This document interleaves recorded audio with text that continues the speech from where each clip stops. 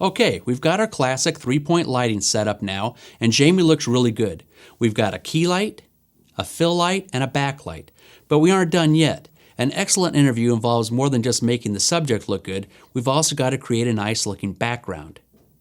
If you remember, we already spent a good deal of time carefully choosing the location for the interview, so a lot of the work has already been done. If we hadn't thought ahead, it might be nearly impossible at this point to do anything that would look good.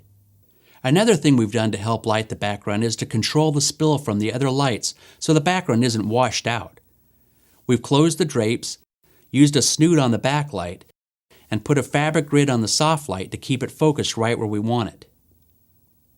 In some cases, you'll find it's necessary to move some furniture around, move books on a bookcase, or add some props to the background, and here we've brought in some flowers and a small desk lamp that we found in another room.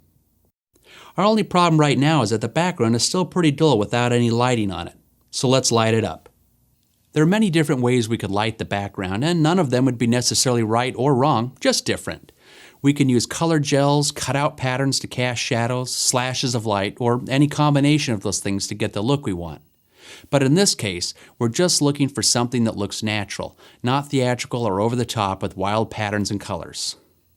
To get a natural look with some soft shadows, we need to use what's called a cucoloris, or a cookie.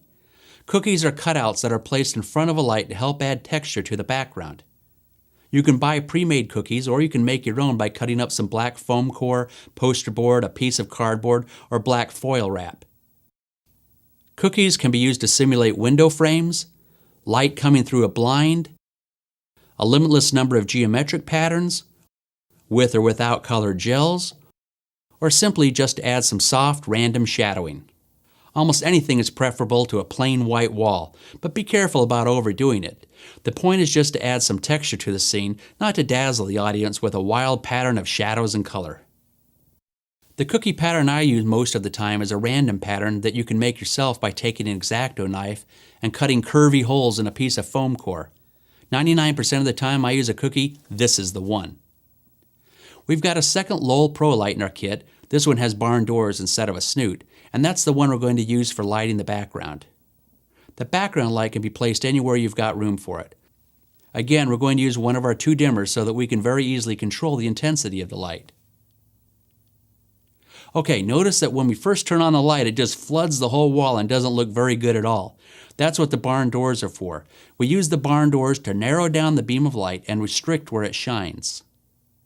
I like to adjust the barn doors so that the light is cut off just inside the frame and the shadows start forming at the edges of the screen. That looks a little better already, but it's still not nice enough. So it's time to bring in our cookie. We've attached the cookie to one of the smallest light stands using the Matthews grip head. It's important to make sure that the cookie can be moved independently of the light. How close or how far the cookie is from the light will really change the effect, so you want to be able to move one without moving the other. The effect we are trying to achieve is just to add some very subtle shadowing and texture to the wall and bookcase. We want it to be hardly noticeable at all. A cookie pattern should not call attention to itself, and if it does, it hasn't been used correctly. It's like makeup on a face or music in a movie. When it's done well, you barely notice it, but take it away and it's definitely not as good. Moving a cookie closer to a light will make the shadow edges softer and less defined. Moving a cookie away from a light will make the pattern stronger and more noticeable. The kind of effect you think is best is just a matter of opinion, but I usually think softer shadows look more natural.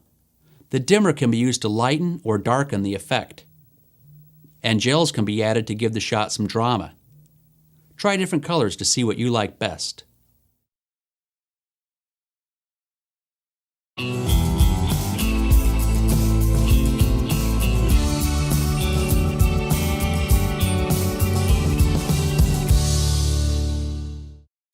Okay, that's it.